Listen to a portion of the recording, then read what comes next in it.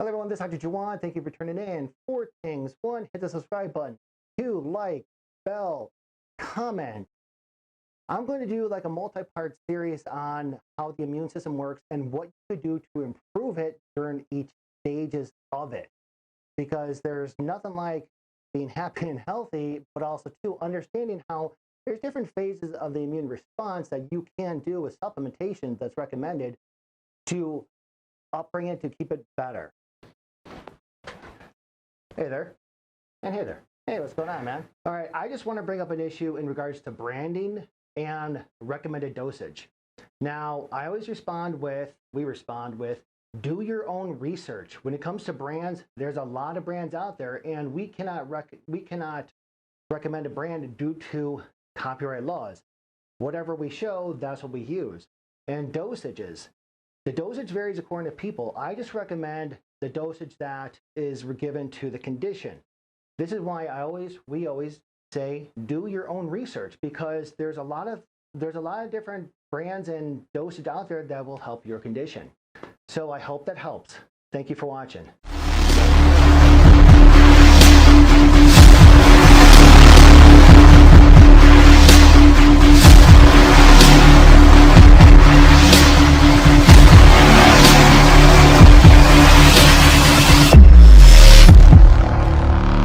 Hello everyone, this is Dr. Juwan. I'm going to do like a series of videos, this one explaining how the immune system works. But before I do that, if you're new to my channel, thank you very much for tuning in. I always appreciate newbies.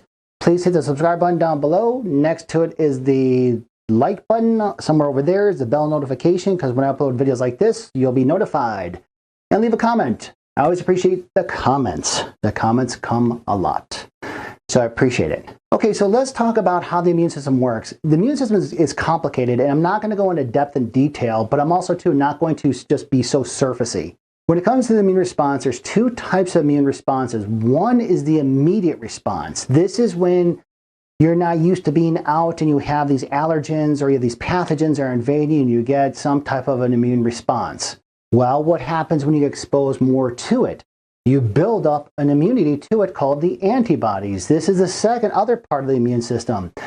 This is more delayed. Why is it delayed? Because you cannot defend yourself if you don't know, if you've never been introduced by it in the first place. So there's 2 halves to the immune response, and also they always need to be in balance. They're always fighting each other, okay? Because we're exposed to things every single waking moment. Okay, so this is how the immune system works very, very briefly. I know it's a little more, it's complex than this.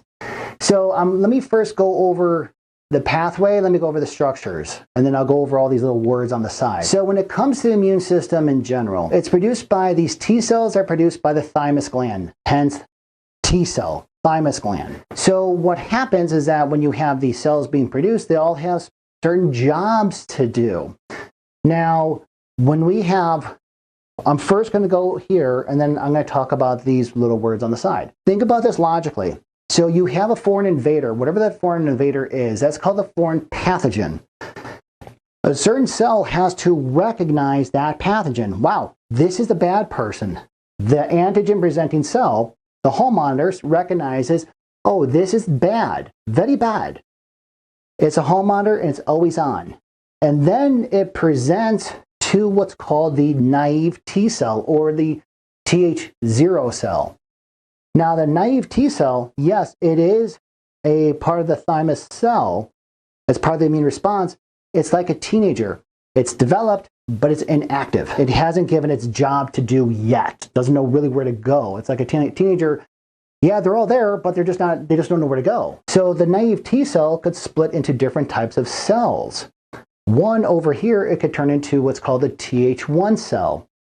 The Th helper cell. This is involved, remember, in the first response. Or it could take a shift here and turn into a Th2 cell, the T helper cell 2, which is your antibodies response. Yes, I recognize this. This is very bad. So this is the bad guy right here. That's a Th2 response. Or it could go over here and develop into what's called the Th17 cell. The Th17 cell and works with the regulatory T cell, hence the name, to regulate how the immune system is responding to the foreign pathogen. So when the naive T cell gets activated, Now, which we have the regulatory T cell. The regulatory T cell, it actually turns on the regulatory T cell. The teenager yells, hey, I got something, I got something. So the regulatory T cell, that's the principal, that's the boss, that's the brain, says, okay, let's regulate the outcome depending on the strength of the immune system. So we have the naive T cell. It's an active cell. It's just waiting to be turned on by the antigen-presenting cell. The Th helper cell 1, this is the immediate response. This is your innate.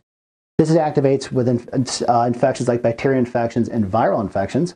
We have this side, which is the delayed response, humoral antibody response, because it has to be, remember, it first has to be attacked to recognize it, to say, okay, this is a foreign invader again. I get it now. And this is the antibody response. So the Th2 cells, this is like the post-it note. As a post-it note, says, okay, this is bad. The Th17 and the regulatory T cell, they work together to regulate the response, the outcome of the immune response. Because what happens once the immune system attacks the invader or the return invader, it still has to go through a cascade. You just don't get off that easy. And these are called cytokines. Cytokines, interleukins, they're proteins. They're either your best friend or your worst enemy. Best friend meaning, okay, they're pro-inflammatory. Okay, we'll create the inflammation. Why? To create the immune response, because now it's anti-inflammatory. As a cascade goes down, we have what's called nitric oxide synthase. There's different types of nitric oxide synthase, NOS.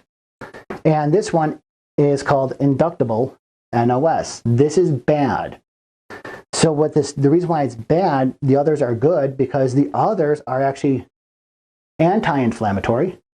This is pro-inflammatory. And it's made by L-arginine. It shuffles the macrophages, which is part of the immune response, increases inflammation, and this is the bad guy. Because if this system is unbalanced, what's going to happen? This is where tissue inflammation comes, tissue breakdown. Now, if it's really unbalanced, because again, you are going to break down to build. It always happens. But let's say you're weak in one of these areas, chronic conditions. What does that mean? Well, now you have an immune system dysregulation, which causes a cytokine storm. It just gets overwhelmed. And now you have chronic illness. You're always sick. You're always sick. You're always sick. Why? Because the immune system doesn't have enough backup or supplementation or energy to do its job. Now, these are chronic conditions like anything from autoimmune, heart disease, brain fog, leaky gut, endometriosis, kidney, lung, fibromyalgia. All that stuff is an inflammatory immune system response. Okay, so now let's go down the steps. So you have a foreign pathogen. Remember, the antigen-presenting cell, the hall monitor, just is scanning. It's scanning. Okay, this is bad. So the hall monitor takes this pen, and it has a T cell receptor, which means that the naive T cell, the teenager, okay, the T cell receptor, it recognizes a specific antigen, because what's happening, the naive T cell doesn't know what to do. Okay, so then it will either split this way or split this way. Let's say it will split this way. Now remember, those ILs, interleukins, those are cytokines. So the naive T cell creates a Th1 cell because it activates it, because interleukin 12, it's pro-inflammatory, it turns on this cell. Let's say it goes over this way. Okay, I know, this is a post-it note, this is a bad guy, I recognize it again, it's the repeat offender. But we still have to create a response. So then it takes a shift over here, interleukin 4, again, it's pro-inflammatory, it turns on the Th2 cell, or the Th17. So the Th2 cell, remember, now we're going to make the antibodies. The Th17, which again, interleukin 17, what that is, that's anti-inflammatory. Remember, the regulatory T cell and the Th17, they regulate the immune system, because the Th17 it works with the barriers, the mucosal barrier, the epithelial barriers. So the cytokine release, which is pro-inflammatory or anti-inflammatory, is not going to be as strong. So if it's strong, you're not going to have this downward cascade. Okay, so let's talk about in the next video, what about the imbalance? Because I just talked about the basics. So stay tuned. and you'll see the next one. Okay, in this video I'm going to talk about what you can do to boost each section of the immune response with supplementation, because immune response can get out of whack. Your immune system can get wacky. Remember, I always suggest that when it comes to the systems, you want it to be like a nice teeter-totter. If one gets imbalanced, okay, it's going to get into the crazy cycle. So remember, when it comes to the main goal of the immune system support is the regulatory T cell. And you want to balance out the Th1 and the Th2 and the T17 response. Because what happens, you could get more on one side than the other, and that's called dominance. So let's talk about people who are Th1 dominant. Now, when I'm talking about Th1 dominant, that means that it's overactive. It's overactive, so it's weaker. So you could be Th1 dominant or Th2 dominant. So which one are you? Th1 dominance, remember, it's weaker, it's on overload. These are the people always getting sick. Why? Because the Th1 response is the first responders. If you don't have really good immune system, a good response team, you're always going to get sick. These are the people they're always sick, always fatigued, they have low T3, low appetite due to, and also getting thin because of low appetite, delayed food sensitivities. These are people always getting sick. But let's flip it over. What about the opposite side, the Th2 dominance? Remember, the Th2 dominance, that's the antibody response. These are the people who are always sick. You just can't shake it. You can't shake that cold. You can't shake this. You can't shake that. Heck, you're Th2 dominant, which means that's the weaker side.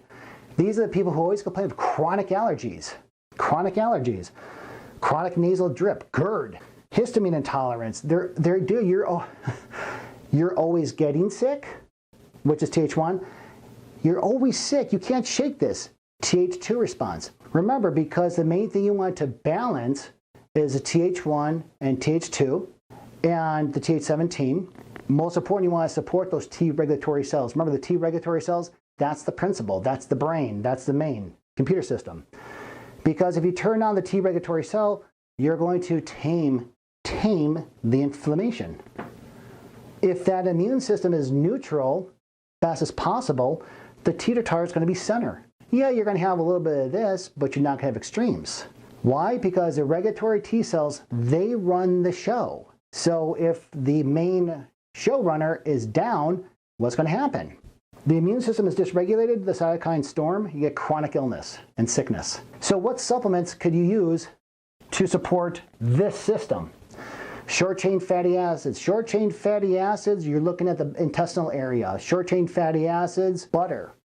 Kerrygold butter or any type of cultured butter is loaded in what's called butyric acid. Butyric acid is phenomenal for the gut. Also, it's phenomenal for the regulatory T cell support cells. Butter, but also too, it comes in an oil.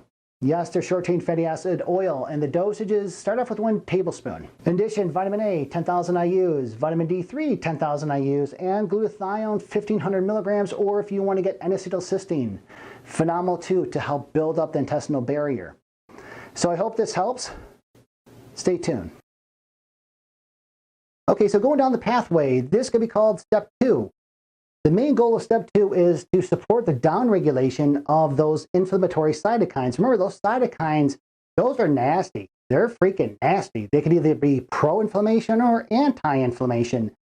And you want to downregulate the spawn of too many cytokines being released because you want to avoid the cytokine storm, which just kicks you in the butt and just lays you out. So remember, so you got the antigen-presenting cell, you have the naive T cell. It turns into the Th1, Th2, or the Th17 cell. Remember, step 1, let's boost, and feed the regulatory T cell what needs to be done. Now, let's go downstream. Step 2, let's support the downregulation of these inflammatory cytokines. And how do we do that? With turmeric and resveratrol. Turmeric and resveratrol are 2 supplements that are phenomenal. Now remember, do your own research on the brands. And with turmeric, I always recommend a minimal of 1,500 milligrams and resveratrol 2,000 milligrams. Now remember, with dosage, it's all dose dependent on the person. And do your research on the proper dosing, because I get a lot of feedback and questions about dosage. And what do I always say in return? Do your own research. So turmeric and resveratrol are phenomenal for everyday uses too. Because remember, what you want to avoid is a cytokine storm. Let's go downstream, the immune system dysregulation, which creates the chronic illness and disease. So then what is next? What can we do about that darn NOS? Stick around. So step 3, the goal here is to support the reduction of that bad NOS, the INOS, and you want to increase, there's other 2 nitric oxide synthase. That's eNOS and nNOS. And eNOS, that's the endothelial nitric oxide synthase, and the nNOS, that's the neuronal. So that actually helps build up the tissues, inside tissues, endothelial lining. In addition, helps build up the function of the nervous system. Remember, so step 1, help balance out these and support the regulatory T cell, in addition to the Th1, Th2, and the Th17 balance mechanism.